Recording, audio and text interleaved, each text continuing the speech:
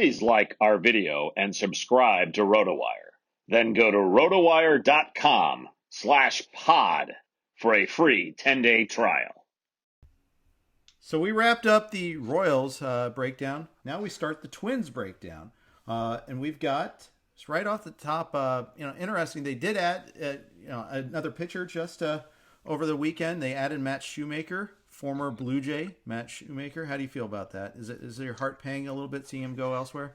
I've always liked Matt Shoemaker, both in real life and in fantasy circles. Yeah. I'm not interested in drafting him this year. He can't stay healthy. I do think he'll open the season in the Twins rotation. I'd be surprised if he's still there by the middle of May.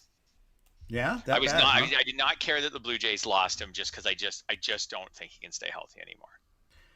Probably right about that. He'll be brilliant for a couple stretches though, and he'll have like that start, and you start to think, oh, he's got it back. But then he gets hurt. You're right. I do have him projected for like 100 innings, for about a 442. So it's nothing that too optimistic. He had that 5-game stretch in 2019 where he was just so brilliant. You're like, oh, yeah. But I'm with you on that one there. But that's our hook to talk Twins. Quietly, this started off as a frustrating offseason for the Twins that turned into a pretty good one pretty quickly. You look at them adding Ambleton Simmons at shortstop. I thought that was a great add for them. They have a lot of pitchers that induce ground balls. You add him to Josh Donaldson. That's a pretty good defense. Moving Jorge Polanco over to second, I think that helps the defense some too. I think he'll be better at second than he was at short. They added Alex Colomé. They got Nelson Cruz back. J Happ I think is a perfectly reasonable signing. I kind of like some of the things they did, and it didn't kill their budget either. I agree. I think they've had a nice offseason. I think this is far and away. Well, no, I wouldn't say far and away the best team in the division. I think the White Sox are threatening. So yeah, I think they've held serve at least in the offseason as the best team in the division. I think it's them. Yeah, I think they're pretty equal. I think the give me Rocco Baldelli over Tony La Russa as managers though, and that's weird to say that as one's going to be in the Hall of Fame and Rocco is not, but. 77-year-old Tony La Russa, with that White Sox team in particular, I think is a pretty bad match. But we'll delve into that later, or maybe we won't. But at any rate, that's not the focus here. Let's focus on the Twins. Does Nelson Cruz have one more great year in him?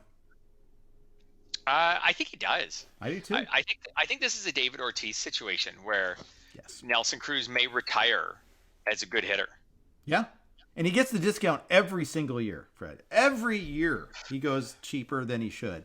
Even last year when I overdrafted him in Yahoo Friends and Family in our 16-team league, I got him. I think I took him at we have 2 UT spots, so that makes it a little bit easier. But I think I took him at like 49 because I didn't think he'd make it back. And I thought with 2 DHs, it didn't matter as much. So I just took the bat and not worried about the position. I thought he was totally worth it. In a normal league still, you have to give him a little bit more discount, but he's getting too discounted, I think. It's just, you look at where did he go? In his ADP in the last 3 weeks in the NFBC, 104. I've got him like easily like 75 or so. Yeah, so with my whole theory on drafting, you'll be right in on him around 104, like 75. Like you'll be hitting in around your 70th, 75th player as we get around pick 100. So he'll be right on your radar if he goes around that point tonight. Now he and JD Martinez are both in somewhat the same vicinity in drafts. Mm-hmm. Which one of those two would you rather? Cruz. Interesting. I think I would go JD, but it's really close. Okay, why? I should probably give Cruz more credit. In all honesty, like it's just JD being younger. Like JD was like legitimately like a 2nd-round pick a year ago. Mm-hmm. So, and then there's the whole video thing with JD last year. Right. And that might improve because they have iPads in the dugouts this year. So him coming from being a 2nd-round pick a year ago, and then you get this massive discount now where you can get him in like round 7 or 8, even depending on your league size. Like I think I would take that over taking Cruz, but like honestly, I have them ranked pretty similarly. It's just Cruz's age, and that at his age maybe there's a better chance that he'll hit the wall. But there's nothing he's done to make you think he's going to hit the wall. It's just seeing that he's going to turn 41 in the middle of the season. Right. And maybe he gets hurt a little bit more. I think he struck out a little bit more last year too. That is a little scarier. Age is true. Now, they're both DH only this year. Martinez only played 6 games in the outfield. And so that works against him a little bit too. And that's why you're seeing, that's one of the reasons besides the slump why you're seeing the big discount. That's right. And if you're looking for one of them who's like Martinez will probably get outfield eligibility at some point. Cruz won't. Like Cruz is not playing in the outfield. Yeah, that's true. So that's true. I mean, that also gets Martinez a few games, like we had talked about earlier. It gets him a few games maybe in NL Parks. Like Cruz is not playing in the NL Parks. Absolutely true. That is true. Please come on, Universal DH. Another reason to root for that. Well, I was just going to say, and some people will say that, well, he's not going to play in the NL Parks. That makes me want him even less. And I'm like, no, that should want you even more. Now you're going to get his 35 home runs and you know when to bench him. You're going to get the 35 home runs and you can use someone else a few series of the season. That's actually a good point. Although you probably get hurt a little bit on counting stats with all of that there. So I'm sitting at, do I take him? I could take Cruz at 98 or I could take him. Do I have to take him the round before? Well, I'm not going to go probably the round before because I don't think I have to. And that means I'm actually severely pushing ADP, and it's sixth round for it. Maybe I'll do a 6th round, but it seems like 7th is more likely for me there. Chances are you won't be. I won't let them fall to you at 7:15. Let's just leave that. But you might get one of those two. It's possible. Yeah, maybe. Because they're utility guys. Like I'm not targeting them, but if they're the highest ranked guy on my list, I'll take them a little bit. And the UT does go against them a little bit, just in the sense of it depends if you have a balanced hitting group coming into that point where you've got like a corner infielder and a middle infielder and an outfielder so far, or 2 outfielders, then maybe. But if you've got the point where you've been imbalanced and you've already got like 3 outfielders, or you've already got like your whole middle infield done, then maybe you want to keep that utility spot open for later. Yeah, that's a good point. I'll tell you what, if I start with Trey Turner, I'm far more likely to have Cruz than if I start Trout. Yeah. Especially, and you could see if you had started Trout and then maybe you had another outfielder or 2 by then, maybe be like, oh, I don't really want to jam up that utility spot because I might just have outfielders late that I like. Right. Plus there's a 0 in speed from Cruz too. Yeah. So there's that. Yeah. So the Twins have a few guys that are they going to bounce back guys? They also have a couple that are they going to come back to earth guys? Let's talk about the bounce back guys first. Mitch Garver. Really awful season last year. Was awful. Got hurt, came back, and kind of lost his starting job to Ryan Jeffers. I like Ryan Jeffers, by the way. I think he's actually someone that's interesting. I think I don't know if I want him as my first catcher, but yeah, I'm kind of answering my own question. I don't think Garver bounces all the way back. No, I think Garver bounces back enough to start 100 games, 90 games, 95 games, something like that. I think Jeffers is going to be around though. And I don't think Garver bounces back to the point where he can start 120 games. I think Jeffers will be around. I think he'll be close enough to him. No, Garver was ridiculous in 2019. Like he had a 995 OPS, like from a catcher. Yeah. Holy moly. But nothing close to that. Like like the previous season, he played more games than 2019. His OPS was 749. So like, it's not like this was building. Like this just power. Yeah, it was out of nowhere for sure. Yeah. But it was also like StatCast driven though too. Like all the hard contact was there. Yeah. That's the thing that's I don't know. I mean, he's a massive boomer bust. He's a massive boomer bust pick because he's got Jeffers looking over his shoulder. It's true. Now Jeffers had a procedure to remove loose bodies from his elbow. Maybe that slows him down to start too. But you're right. And one thing about Garver is they've always kind of looked to protect him in terms of not exposing him to too much playing time. You know, he actually, even though he played 103 games in 2018 and only 93 in 2019, he actually had more plate appearances with the fewer games in 2019 when he busted out. The point is, defense was a little bit of concern. They didn't want to expose him that way. With Cruz there on the team, DH at best just aren't there for him. Yeah. So that's part of the thing that drags him back a little bit. So yeah. I might not have any Garver. I probably will have some Jeffers if the price is right. Now Garver is obviously going to be a lot more expensive. 213 in the last 3 weeks is his ADP, whereas Jeffers is all the way down at 334. That as my catcher too, I'll take that price. Yeah, he doesn't. Jeffers doesn't excite me just because Garver's still there, but sure.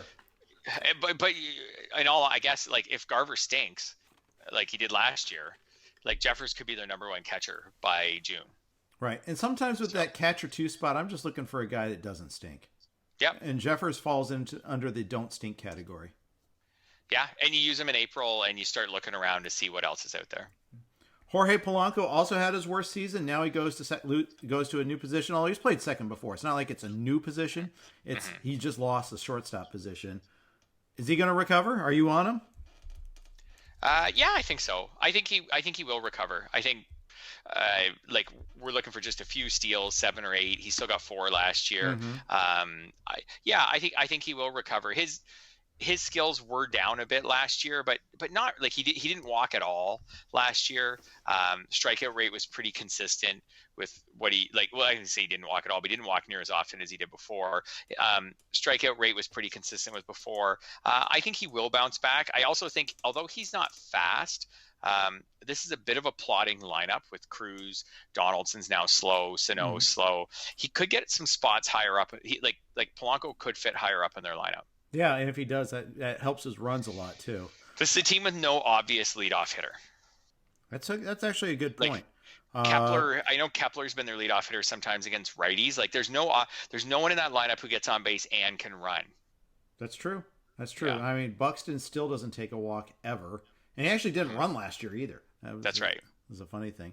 Yeah, I'm okay with Polanco. I mean, he's not super cheap. He's out of the top 200, but he's right around that next level. If you need you don't want him to be your starting shortstop. You want him to be your middle, if that makes sense. Yeah. You can kind of pivot him a little bit easier, and he's going to gain second base eligibility, which is going to be nice. So you'll have that. Max Kepler's another guy that struggled last year. Yeah, and had his chance to be their leadoff hitter at times, at least against right-handers. Yeah. But he struggled last year. I'm in comparison to his ADP, I'm not really in on Kepler this season. There's no steals there. There's no batting average. Like his career's 237 now. Like there's home runs. Like he could hit 25 home runs this year. But I'm not paying a substantial price for the 25 home runs with no speed and no batting average. Like, let's see I have him for a February ADP around 180, which to me feels really aggressive. Yeah, it feels about price for me, but as we've discussed, at price means I'm under him a little bit. Yep. Yeah. I think that's about right. And the thing about him is he stopped hitting against lefties. In 2019, he hit lefties just fine. In 2019, he hit lefties fine. In 2020, he reverted back to needs a platoon partner. And you get a guy that needs a platoon partner, that's bad news. Yeah, absolutely. I don't think either one of them, like you said, if you have him around the same spot as ADP, like I don't think he's a target for either one of us. Alex Kiriloff, does he start the year in the majors? I think he's got a really good chance, or he gets the funky 2 weeks, 3 weeks in the minors. But I think there's a good chance that he's playing for them in April. And I think if he's in the late rounds, I'm kind of interested. Yeah, I think so too. I grabbed him in DC that I was in with Clay Link, so I knew I had to go early to get him because he's big on Kiriloff. The thing about Kiriloff is he always hits for average. He doesn't strike out. He's got that solid floor. He's not going to run a lot. And he may not, he's going to be a solid guy. He's going to be like a Markakis, basically. In prime Markakis, not current version, where, he accumulates over multiple categories. I like that still, but nonetheless, he's kind of saying, I'm probably there for them. The one thing you do have to worry about is them messing with them some service time. If it's June and not April, well, that's a problem.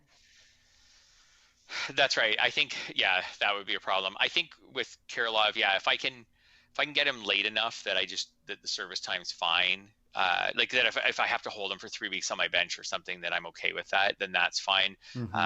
He fit nicely like near the end of your hitting lineup. Like you kind of pair him with just kind of a boring veteran, and you're like, well, I'll use the veteran at the start of the year if I have to. Right. Yeah. Right.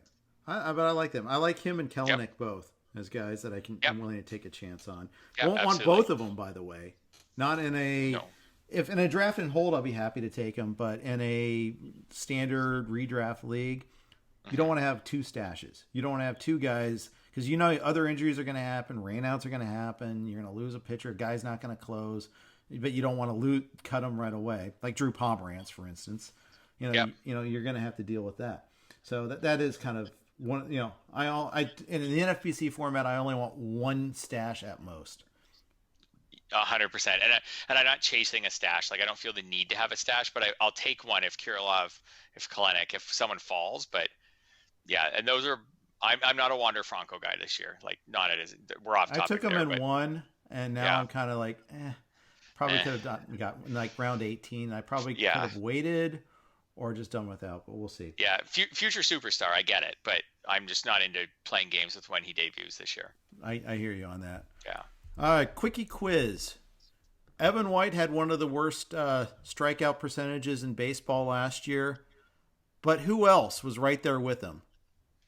So since we're in the Twins, I'm going to guess Miguel Sano. Correct. That was a super leading question, but which is pretty much par for the course for Miguel Sano. It was another level last year. It was worse last year than usual, but it's always bad. 43.9%. It's always elite bad. 43.9% strikeout percentage last year. 36 the year before. I mean, that's just massive jump there. Yeah, I am so far out on Miguel Sano. Like he is, like you talked earlier about a player in like I think it was Singer and having to scroll way down to find him to cross him off. Like that's where I am when Sano gets drafted. Yeah, I share your. There's 30 homer power there. I get it, but there's massive durability problems, massive strikeout problems. No longer eligible at third base. He's only first base. I feel like he could have one career. He might have one career season where he does the 40 homer thing, but you're going to chase it for 7 years for the one. Yeah. However, I'll say here's the counterpoint for him. Yeah. Second highest average exit velocity in baseball when he made contract. Third highest in hard hit rate. Yeah. I mean, when he hits it, he hits it. But and with the longer season, chances are you're more likely going to be facing some weaker pitching in there. I think that's one of the things that might explain why we have some extremes in the batting, especially with the lesser extremes, and that is, with the expanded rosters, with this weird season we had, quicker hooks happened. You didn't get that tiring pitcher going the third time through the order. They and every game mattered so much that they'd kind of almost manage it like it's a playoff game a little bit more frequently, especially with that 3-team race in the AL Central. You're probably facing a better quality pitcher. I got to check that theory against like actual facts, but it's a hypothesis that's there that maybe just the level of pitcher was harder last year. Yeah, it's totally possible. But I think with Sano, I look at his ADP. It's in the top 200. He's going to be 28 early in the season. He's never driven in 80 runs. He's never scored 80 runs. He has 0 speed. His career average is 241, and I think he's trending away from the career average of 241. So, I think you're right about all of that. So we could go back to some other guys we talked about with the Royals. We talked about Jorge Soler. We talked about Franmil Reyes. I'd rather take my shot at them as potential 35 homer guys. Than take my shot with Sano. Fair enough. I think you've convinced me. I think I might even downgrade. I shouldn't do this before we draft tonight, but go ahead, take Sano. What does Fred know? Yeah. Well, I've already got him projected for 217. Yeah, he can. Yeah, so I mean, are you going to take someone in the top 200 picks who you have projected to hit 217? Like I said, and has no speed, and is a durability issue. Yeah. Yeah, I might just downgrade his power just a little bit. I mean, his homers from 34 to 31, just right. And because I just don't want him. I want to try to. And when I looked at, because when we started talking, I was like, okay, well, why is my projection have him like 150 or 170 when I don't want him? So I just downgraded him just a little bit there. So there you go. On the fly, projection changes while podcasting. We're breaking barriers here, but there you go. I share your lack of interest in him. Yeah. Do you have an interest in Byron Buxton? Nope. Gosh, I'm really negative on the Twins as we're going through this. So do I have an interest in Byron Buxton? No, at anything near his current ADP. I'll search that up. 112. Holy moly! I get Buxton better than I get Sano because Buxton last year, like there was this power breakout, right? And maybe he's a 25 homer guy now, and maybe it's like there's just so many maybes with Buxton. Like maybe he's now a 25 homer guy. Oh, maybe he could be the 25 steal guy we always wished he was going to be, but he trended away from that last year. Oh, the last couple of years his batting average has been better. Maybe he can be a 260 hitter this year. I don't even know who this guy is as a hitter. I know he gets hurt a lot. I know he always hits low in the lineup. Pass. Around pick 100, like I'll pass. I think if I need stolen bases, I'm going to be there for him. Mm-hmm. He missed games with a concussion, a shoulder, and a foot last year. He's always misses games for various reasons. Yep. Is that like, I don't know. Is that going to portend future injuries or not? They strike me as a little flukish. But then again, if he's an active center fielder jumping against walls, I mean, that's an occupational hazard. I don't know. It's so weird how he didn't run last year. I've got him for 28 and 15 though this year. I'm almost inclined to go after him a little bit. We'll see. I'm never going to get him in a league with Chris Liss. I know that. Better get him tonight then. Better. If I choose to do so. If I get Trey Turner, I don't have to worry about that though. Yeah, although you have him with a lot of power. So, I mean, even when you draft Trey Turner, like he's not going to get you 100 steals. Like he's going to get you 40 or something, but you're still going to have to get 60, 70 more. So, I don't know. I think if you believe in the power skills, like if you believe he can be more than a 20 homer guy, then I think it's fine. Yeah. I just don't know what this guy is. Like I don't know who you are anymore. Yeah, like he could come out this year and steal 6 bases or go back to being like a 12, 15 homer guy, like, or he could put it all together. I believe in him more than I believe in Sano. How about that? Fair. I share that sentiment. Yeah. And the funny thing is, when I brought him up, I was inclined to say no interest also, and then I gave it another look. I'm like, yeah. I mean, the one thing it's so tough because he walks 1.5% of the time. I mean, we're talking about Mondesi and how that cuts down stolen base chances. That's already happening with Buxton, and batting order matters. I mean, he's another guy that, we don't know where he's going to hit in the order, but last year he batted leadoff 3 times. He batted second once. He batted 9th and 8th more than any other place in the order. Now I'm talking myself out of this again. No, I'm not a Buxton guy.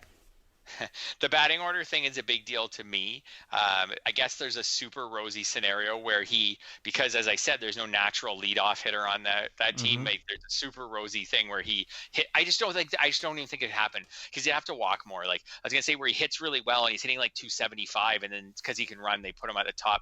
I just don't think it's gonna happen. He's gonna hit low on the lineup. Not with an analytically inclined manager in Baldelli too. That's right. He's there to play defense and hit 8th or 9th. All right. I'm actually think I'm going to downgrade my stolen bases for him too. Yeah. That'd be my second on-air projection change, except I think I'll mechanically do that one later, just in the interest of keeping this moving here a little bit and saying, hold on a second while I type. Let's move on to Kenta Maeda. Let's go on the pitching side of things. This is a guy that had a great year. Great year. If you use like earned auction values, he was a first-round player last year. 0.75 whip. The K's were there. Everything was there. But it's so out of line with what he's done in the past, Fred. He's like my shining example of the being wary of the Central Division. Absolutely. And I think what you want to pay for with Maeda is something more in line with his career numbers because he came from a Dodgers organization that was really good with pitching, even after last year being like an amazing year. And the Dodgers coddled him a bit. Like they limited his starts, they limited his innings, so they didn't burn him out. Even after last year and having a great year, he's career 3.75 ERA, 1.11 WHIP. If you want to pay for something like that, I think that's fine. I would be hesitant, and plenty of strikeouts. Excuse me. I would hesitate to pay for more than that. Like I'm not paying for like a 3 ERA and a 1 flat whip. I share that sentiment entirely. We've never drafted him at where he's going right now. And I've seen him go drafted. I've seen him high as 30 or so in some places, 30, 32. And I think when we get to the NFBC main event, which is not what we're doing tonight, but when we get there and that aces inflation starts kicking in even harder, he's going to be going early 3rd round. Now you got that choice at the 3-4 turn, which is about his ADP. And usually ADP that early doesn't stray too much from your choices that are going to be available. Yeah. You could Yeah. think about taking him there if you got shut out on starters. But my guess is that's not the route you'd go. I doubt it. Here's a good one for you. He goes a few picks before Lance Lynn. I feel like they're almost polar opposites, where Lynn's been so durable, Yeah. but doesn't flash like Maeda did last year. Which one would you rather take in Lynn. round 4? Let's say you need one in round 4. You would rather take Lynn. Lynn. Yeah, I have them ranked pretty similarly. I'll be honest, I don't think I'm going to draft either one of them on the 3-4 turn tonight. If I was more where you are in round 4 and I needed a starting pitcher, then I would consider both of them. Yeah, I might consider Maeda in the 4th, but I mean, historically, we've never taken him there. Never. No, but part of that is that the Dodgers held him back. Like the Dodgers, like part of the reason we never took him is we could never even figure out if he was in the rotation or not when we were drafting, and we knew there would be relief. Like if I go back or if and they look, take him from the rotation in August, like they've done. That's right. Yeah. So and that was all part of it, and we knew that, and we did start to. I think we started to just project that he would only throw 145 innings for the Dodgers because we knew they were going to kind of mess around with him. With the Twins, there is that potential for him to throw 175 innings. Like they'll let him if he can. If he can is a key phrase, right, though, too. Because, absolutely. I mean, last year we didn't have to worry about that. It was a shortened season. You know, it's like, hey, you go full bore, it's fine because guess what? It doesn't matter. He's, you know, he went 175 in his rookie year with the major league rookie year. He was 28 at the time. Keep in mind, he's not this young guy that getting through an injury nexus. He's a fully made pitcher. He's a Maeda man. But sorry, really horrible pun. I enjoyed it. So thank you. Yeah, if he can make 30 starts at 6 innings a start, 180 innings, he's worth that. He's probably worth that round 4 pick or somewhere around it. It's just he's never done that before. I've got him closer to where do I have him in my rankings, but I know it's not that high. I think I have him around like 90 or so. Yeah. Oh, okay. So I'm not going to get him. Yeah, if you go down to that next group like Carrasco and Corbin Burns, he's no more risky than those guys. Mm-hmm. Well, I also think Corbin Burns is risky too. Corbin Burns is super risky. Like he's been good for like 5 minutes. Carrasco's had a ton of issues, health and otherwise. Like I don't think Maeda is any riskier than those guys, but those guys are all going like kind of a round or a round and a half after him. Right. I think more appropriately priced. Yeah. Speaking of prices I'm not going to pay, Jose Barrios. You asked me if I think he's an ace. I say no to you. His ADP is 79. My price for him is about 140. Every year I see all this potential. Then I look up and I see an ERA of 4. I see an actually I'm looking at my projection might be unfairly pessimistic because I don't think he's a 421 guy, but nonetheless, I'm not optimistic about him either. No, and he's someone who had his worst season in the Central last year, so that's discouraging too. I mean, when every pitcher was feasting on the Central, he couldn't even do it. Right. Like we've talked favorable situations for Barrios for years. Like the Central was even 2 years ago, the Central was weak, and this was going to be his breakout year, and like it hasn't happened. I think we need to settle in on Barrios as just this is what he is. He is like in a 15-team league, he's kind of like a low end 2 or a good 3 number 3 starter. In a 12-team, he's a number 3, and he's fine. Like he's going to have an ERA around 4, just under 4, maybe something around 4. He's going to have a whip around 1.25, something like that. Like it's going to be fine. He's going to strike out a batter an inning. He's been durable. So that's good. He hasn't missed a start in the last few years. So project him to 180 innings, project him to 180 strikeouts. And what you're left with is someone, like I said, who in a 15-team league is kind of a low-end 2 or a high-end 3. If you're going to go much higher than that, then you're probably going to be a little disappointed. There's a lot of Twins where kind of like, I'm not that high on him. I know. I'm not that high on him. I know. And I started off by saying this is a good team, and it is a good team. Yeah. So maybe it's just and that's the thing is like, and the thing is it's not that high equals okay, maybe not. You know, we're a couple rounds ADP, but we're not talking like, you know, when we were talking with the Royals, we're talking about their top 3 starters are at 250 or lower. Whereas now with the Twins, we're talking, okay, 6th round instead of 3rd. That's still a good pitcher, you know, in real life. Yes. Yes. Just for the record with Brios, I don't have a big problem with him at his current ADP. I don't know if I'll end up with him.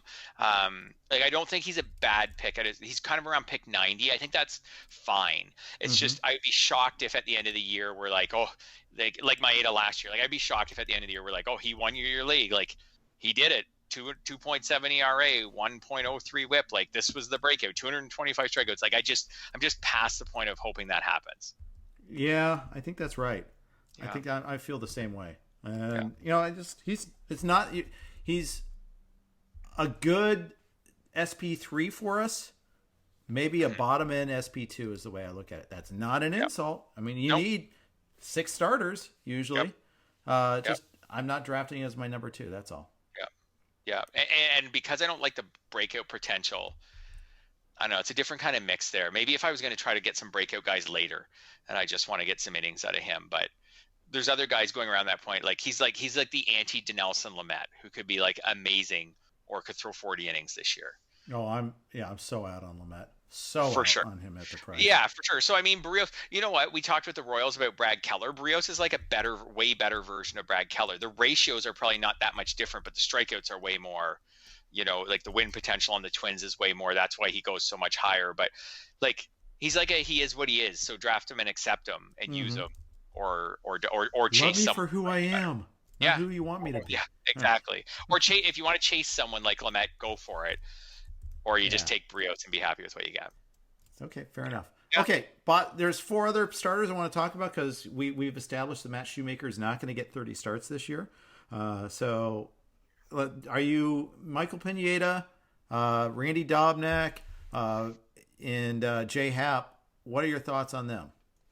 Yeah, I probably am most likely to roster Happ out of all of them. He goes way late, and like, sure, I'll take it. Like, I'm not expecting miracles from Happ, but I think he's fine. Like his ADP's about 335. I think that's fair for just his numbers last year weren't bad.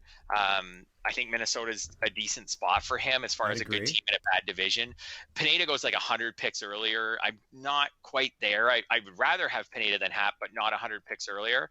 And Dobnak, so Matt Shoemaker ruined Dobnak for me. I didn't mind Dobnak at the end. He was someone I had a lot of shares of. We talked about him last year. I think we both had shares, especially early last year. No strikeouts, but he throws his 5 or 6 innings and does them well. Now I'm going to have to let him start the year on waivers, and we'll talk about bidding on him when Shoemaker goes on the IL at the end of April. I think that's fair. Draft and hold. You take a flyer on him because he's super affordable now, especially. But in a standard drafting format, redraft format, I agree. He's waiver bait, and that's fine. That's fine. I mean, for a draft like tonight, which is way early, if someone wanted to draft him tonight in round 30 and just cross their fingers that one of the 5 Twins ahead of him is on the IL by opening day, it's not a bad shot to take. Right now, in late March, if none of the Twins pitchers are hurt, then I'm not interested. I think that's fair. Yeah. If you take them tonight in round 30, you can be like, there you go, Fred, you told me. All right, there you go. You told me. Yep. But I am definitely on Happ. I think Simmons signing with them helps him a lot too. Helps everybody, of course. But if I recall, Happ is going to generate a lot of grounders, so that's one thing. 1.5 ground ball to fly ball last year. That's certainly someone that would benefit from that. Absolutely. Like I said, like he's not someone where if you don't get him, you hate your draft. But late, you can mix the Happs and the Brad Kellers, like with the Singers and the Mitch Kellers and the right. You want a couple. You have to. That's right. You want 1 or 2 Haps just among, say, starters like 5 through 9 on your team. You want 1 or 2 Hap types, and then a couple, and you just don't want 4 Mitch Keller types that could all be complete busts. That's complete. That's completely true. So closers. We haven't talked closers yet. Alex Colomé, Taylor Rogers got crushed by this signing, I think. Totally. And he was already a little shaky to begin with. Even in terms of getting the saves, just the way Baldelli manages that bullpen. But, I'm right out now on Rogers for the price has probably gone way down since that signing. So I wouldn't say I'm out for the price, but out for his previous price. Yep. If someone wants to take Rogers like in the late rounds, just as a ratios guy, then that's fine. But I'll probably take the under on 10 saves this year for him. I've got him at 12, so I guess I'm slightly over, but it's not a strident over. It's a begrudging over. Yeah, like I know the Twins are a forward-thinking organization, so maybe they do split the saves more than I'm anticipating, but that's not really. I'm not feeling it that way. I'm feeling Colomé gets about 25, and I got Rogers at 7, and I'll just take the field to pick up about 5 more. Plus, they also signed Hansel Robles, who's closed before, and he was better the last couple of weeks of the season, so that's a possibility. Still part of it there. And then Tyler Duffy is a really good pitcher. Yep. And I'll give you my sleeper back end of the bullpen guy. Yeah. That didn't even make the postseason roster, but I think he's got the juice to do it. And that's Jorge Alcala.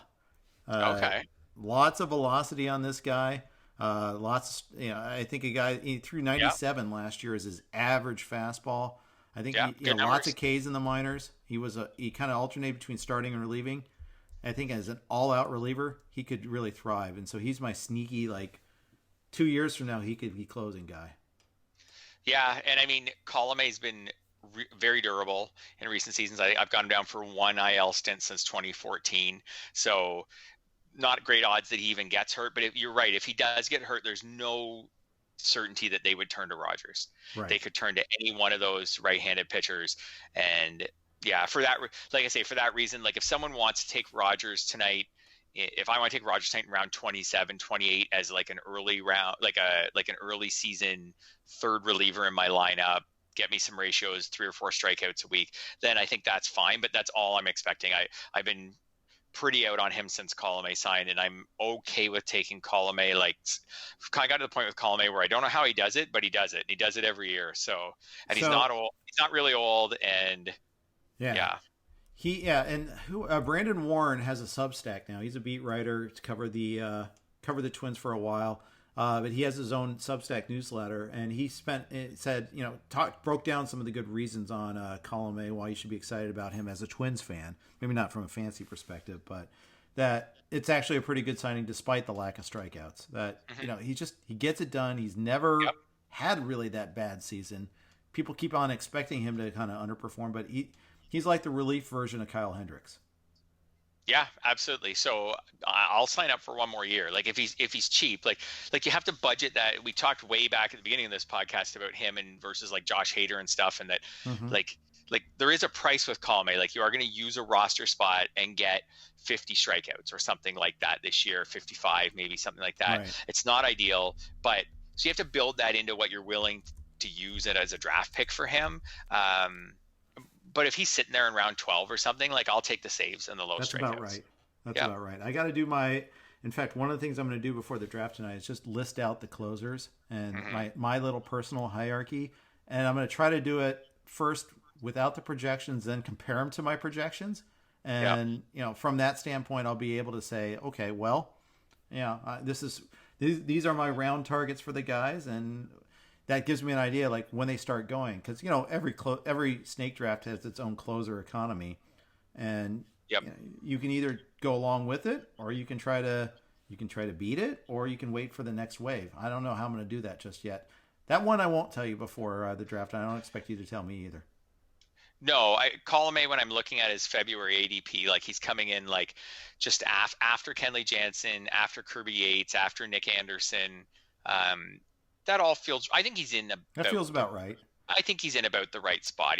He's before Craig Kimbrell. He's before. Well, not Rogers doesn't really matter anymore. I take him. I'll say this. I'll take him before Anderson. We talked about Anderson a lot last year. The usage just is enough to drive you crazy. Yeah, if you're drafting Anderson, you're putting him in your lineup the whole season as long as he's healthy, and you just are going to cross your fingers that you're going to get 15 saves, and you don't know when they're going to come. That's right. And you're just going to hope that you get great ratios and 90 strikeouts along the way. There's some things with Anderson, I go back and forth on him. He was not good in the postseason, and he was hurt a lot last year. There were these stretches last year where we were like, why are they not using Anderson? He's barely pitching, and then he had the short IL stint. Yeah, Anderson has been amazing on a per inning basis with the Rays, but there's reasons to worry about him. And these relievers who throw hard, they can end up on the IL for a long time. That's right. So That's absolutely right. yeah, like I'm not sure what to make of Anderson. I mathematically, if I project him for 15 saves, his ADP is fine. Mm-hmm. Like in a full season. I worry though. I do too. Yeah. Closing with the Twins, they do have some interesting prospects. We mentioned Kiriloff, who's going to either start the year in the big league team or more likely spend a couple weeks in the minors. They also have Royce Lewis, Trevor Larnach, Jordan Balazovic, and then Jeffers. Well, I think Jeffers starts in the big, so as long as he's healthy. But Yeah. those are some guys that could all make an impact this year. Yeah, absolutely. There'll be guys that we'll be watching for. Probably the guys we'll be some of these will be guys we'll be talking about in the summer, like in this space. And and the Twins are going for it. So some of these guys they need minor league time now to get going again. If they're ripping it up in the minors, though, some of these guys are going to get the call. I think so too. Yeah. I think so too. Yeah. Any other Twins thoughts before we let you go? I don't think so. I think now it's time for me to I got 3 hours or so to get locked and loaded in my draft zone tonight. Yes, get in the zone. Yeah. All right, have a good dinner. Have a good dinner. Take the dog for a walk, and then get locked and loaded and get into my draft zone. It's a good plan. Chase the kids off the pond. It's getting dark there in Toronto. They can stay out there. They can stay out there for as long as they want. Oh yeah, is it lit? Yes. Oh, yeah. So it's awesome. Not well lit, but it's lit well. It has floodlights. It's lit well enough that they can stay out there until they want to go to bed. Perfect. Yeah, be tired in school tomorrow. Like, yeah, it'd be like the people in the older generations always talk about. We would play on the pond for hours and hours until it was time to go to bed. They can be those guys if they want. Excellent. Some nights they do. Some nights they come in at 8 p.m., eat dinner, and go to bed. Beautiful. Yeah. That's a good day. Yeah. It's a good way to spend the day. Totally. All right, Fred. Good stuff. We'll talk off air about who we're going to do next week. Send us your suggestions. Maybe I'll solicit suggestions again since we did two weeks of Central teams. We'll see who else you want us to kind of dive in. Thursday, I got Vlad Sedler. We're going to do Dodgers, so you don't get to get the Dodgers, but we'll get something about that. Coming up tomorrow, of course, the Prospect Pod, James and Clay. And Friday, it'll be Clay and Todd, too. So busy week. Thanks for listening. Please subscribe, rate, and review us, as always. And thanks for even watching us. Hopefully you had the endurance to get through that. And we'll talk a lot of labor next week, too. Take care, everybody.